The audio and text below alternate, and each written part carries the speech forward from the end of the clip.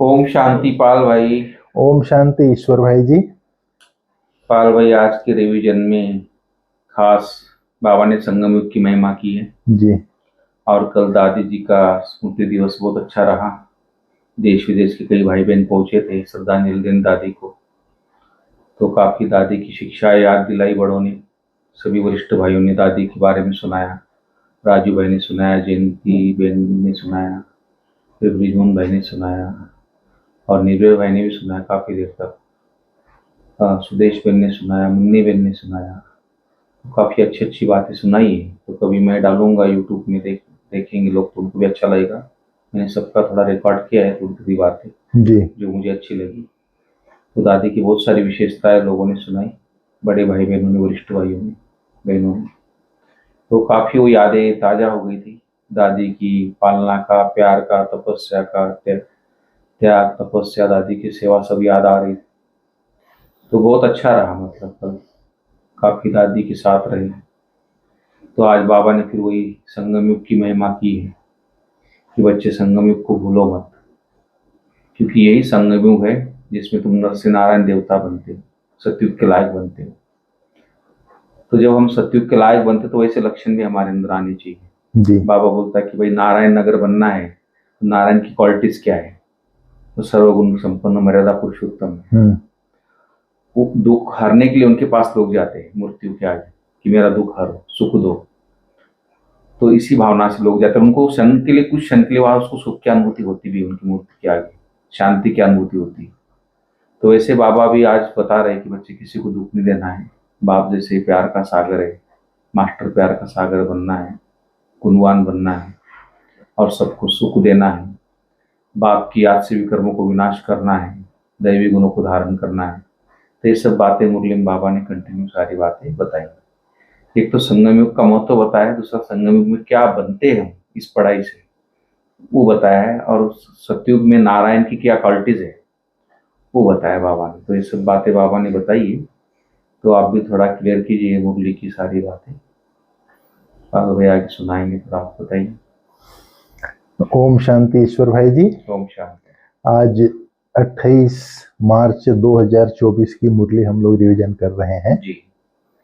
बाबा ने आज कहा है पुरुषोत्तम संगम युग को याद किया जी। खास। और आज का जो वरदान है ना, एक खास दादी जानकी के जीवन से दिखाई देता था जी। तो बाबा ने कहा है, मीठे बच्चे, यह कल्याणकारी पुरुषोत्तम संगम युग है। इसमें पुरानी दुनिया बदल नहीं होती है। इस युग को तुम भूलो मत। कल्याणकारी जी। पुरुषोत्तम संगम युग, इसी युग में जी। सतयुग आदि, कलयुग का अंत का कुछ समय संगम युग कहलाता है। जब परमात्मा ब्रह्मातन में आते हैं तब आकर के मनुष्यों को मनुष्य से देवता बनाने की शिक्षा देते हैं। राजयोग की शिक्षा दे करके मनुष्य से देवता बनाते हैं। इस युग को ही पुरुषोत्तम संगम युग कहा जाता है। एक्चुअल में है संगम युग, लेकिन इस युग में मनुष्य जो दुखी हो गए हैं, अशांत हो गए हैं, उनको सुख शांति से भरपूर करते हैं शिव बाबा। अर्थात यहीं पर ही कल्याण होता है मनुष्यों का।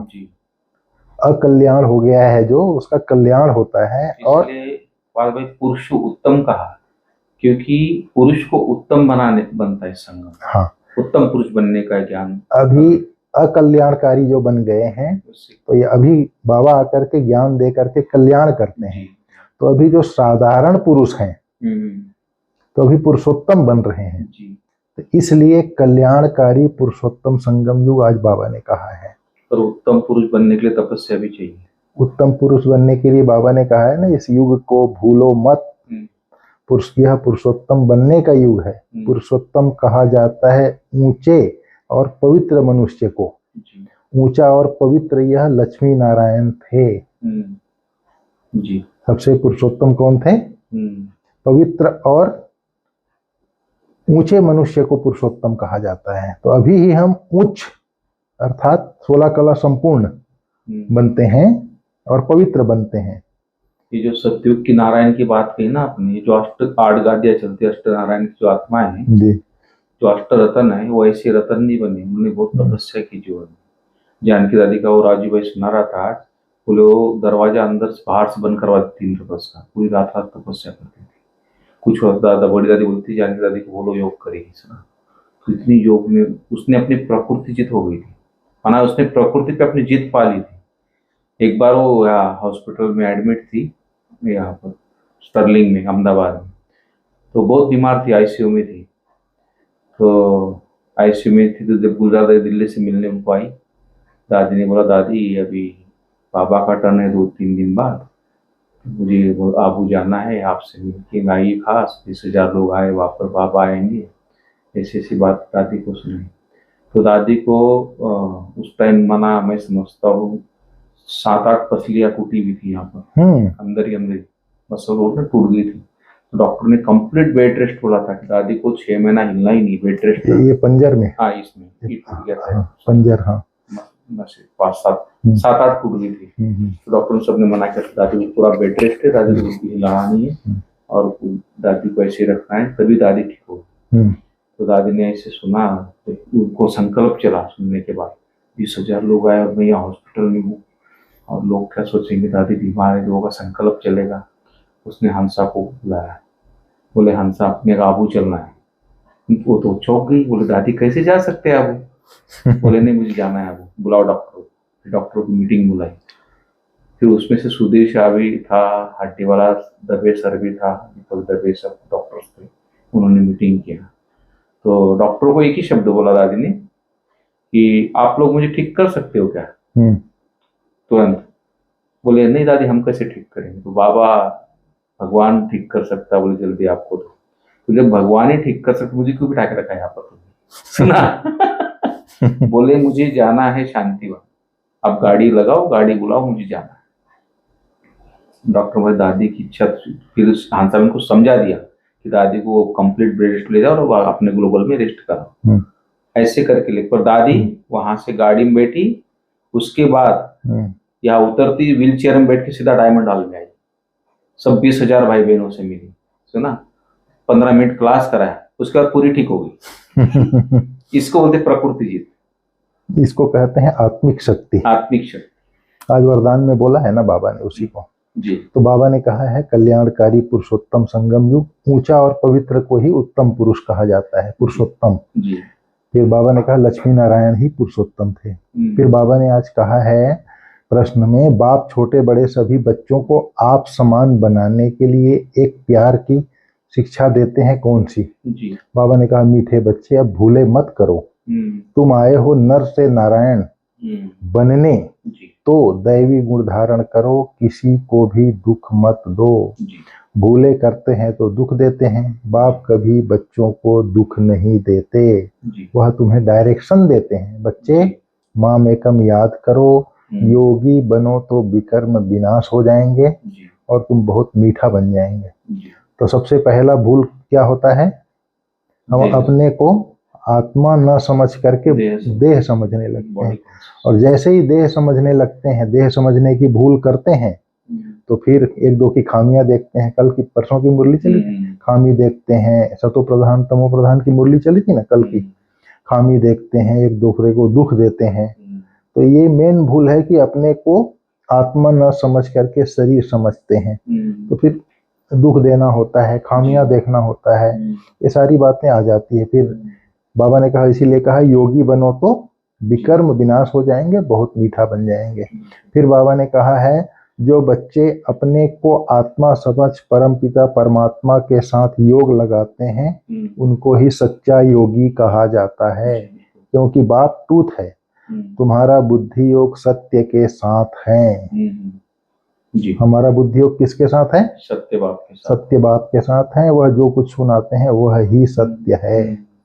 और बाबा ने कहा खास पूरी मुरली में ज्यादा से ज्यादा अटेंशन पुरुषोत्तम अक्षर लिखने से समझेंगे, यह पुरुषोत्तम युग ही कल्याणकारी युग है, ये स्मृति में रहे, भूलना नहीं है, बोला बाबा ने।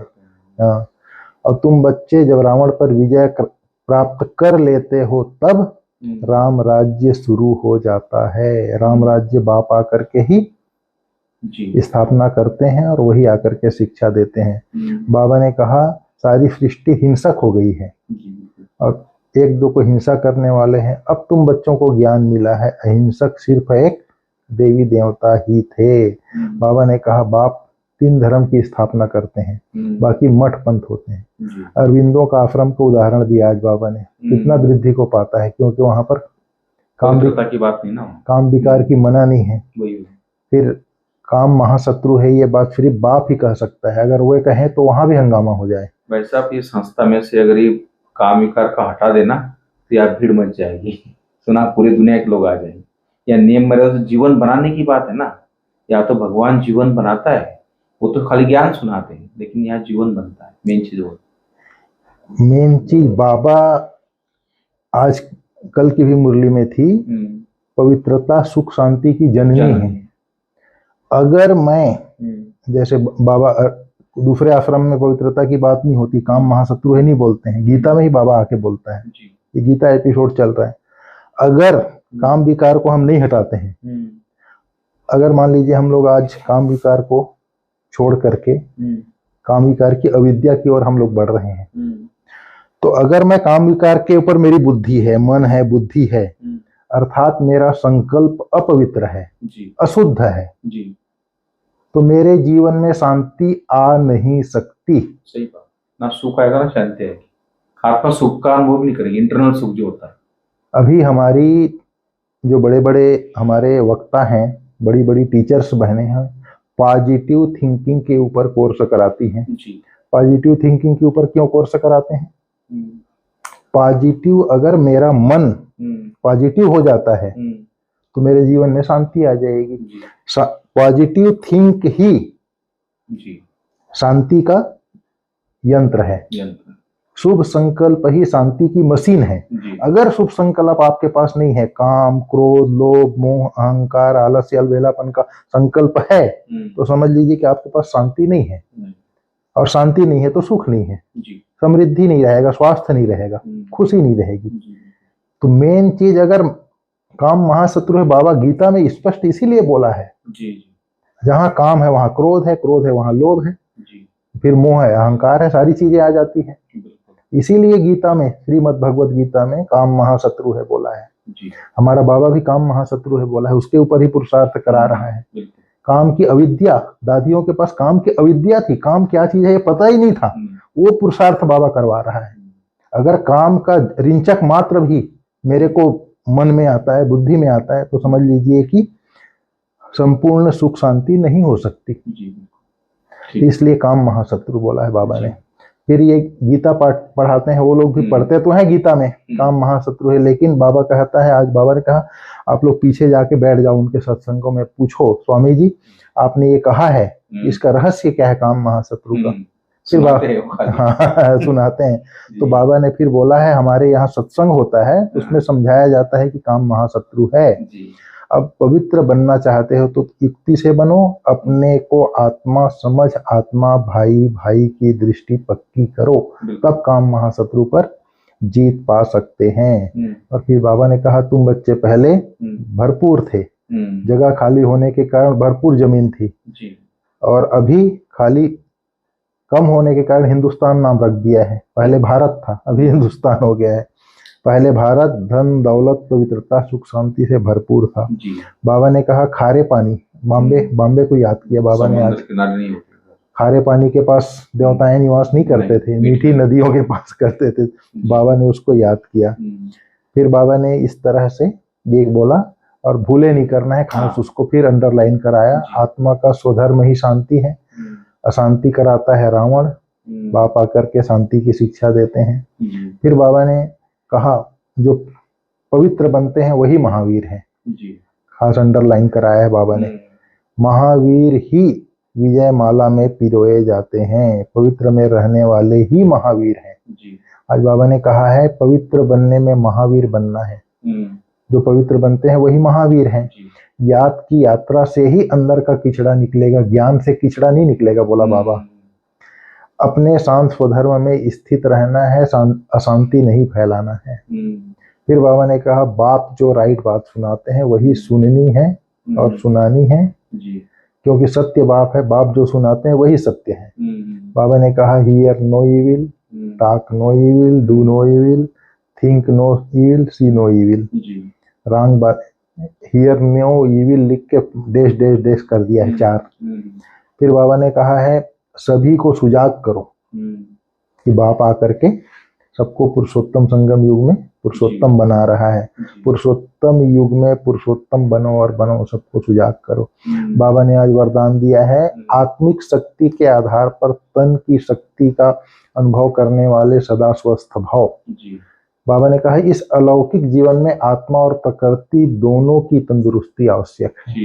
जब आत्मा स्वस्थ है तो तन का हिसाब किताब व तन का रोग सूली से कांटा बनने के कारण स्व स्थिति के कारण स्वस्थ अनुभव करते हैं। समझ में आया? उनके मुख पर, चेहरे पर बीमारी के कष्ट के चिन्ह नहीं रहते। कर्म भोग के वर्णन के बदले कर्म योग की स्थिति का वर्णन करते हैं। वे परिवर्तन की शक्ति से कष्ट को संतुष्टता में परिवर्तन कर संतुष्ट रहते हैं और संतुष्टता की लहर फैलाते हैं। वरदान का डिटेल आपने सुना जी। इसका प्रैक्टिकल उदाहरण भी है। हमारे गुप्ता जी जो कैड का प्रोग्राम करते हैं, पॉजिटिव सोच से, मेडिटेशन से कई आत्माओं की आरती खुल जाती है यहाँ पर। दूसरी बात, हमारी दादी जी रतन मोहिनी जी हैं, तो इनका आज से 7-8 साल पहले, 7-8 साल वो मैं समझता, इनके हार्ट की आर्टी ब्लॉक हो गई थी। तो डॉक्टरों ने सबने हाथ खड़ा कर दिया था कि इस एज में दादी का ना ऑपरेशन हो सकता है, ना स्टेंट डाल सकते दादी को। दादी जितना दिन चले आप ले जाइए। ऐसे करके लेके आए थे। दादी ने बाद में तपस्या चालू कर दी, बाबा को ही बोला, तो उनका नेचुरल आरटी नया आरटी खुल भी गया, नेचुरल खुल गया। सोचो आप, जिनका 99% ब्लॉकेज और इसको नेचुरल इतना क्लीन हो गया, आज दादी देखो स्वस्थ है, 100 साल की हो गई, मुस्कुराती रहती, सबसे मिलती है, फरिश्ता स्वरूप बैठी है। ये प्रैक्टिकल है। जिन्होंने आत्मा ने प्रकृति, ये शरीर भी तो प्रकृति ना 5 तत्वों से बना। आत्मा अगर सत्व प्रधान बनती है तो प्रकृति को जीत पा ऑटोमेटिक। और हमारी दादी जानकी इसकी प्रैक्टिकल थी ना, वो भी प्रैक्टिकल। आत्मा उसकी स्वस्थ थी तो शरीर स्वस्थ था, 104 साल तक जिंदा रही जी। और कभी भी कर्म भोग का वर्णन नहीं किया दादी ने, कर्म योग का ही वर्णन किया। एक बार पता है दादी जानकी ने यहाँ पर बोलना ही बंद कर दिया था, सुना? इतना लोग बोले उसको दादी दादी दादी, 5 दिन हो गया, 6 दिन हो गया, 8 दिन हो गया, दादी बात ही नहीं करे, एकदम दादी साइलेंस में। समझ सब रही थी, सुना, लेकिन बात नहीं करती थी। तो एक बार राजू भाई गया छुट्टी लेने, दादी के पास, दादी मैं जा रहा हूँ यहाँ वहाँ घूमने। तो दादी कुछ बोली करके चर्चा करता रहा, काफी देर तक बात करता रहा।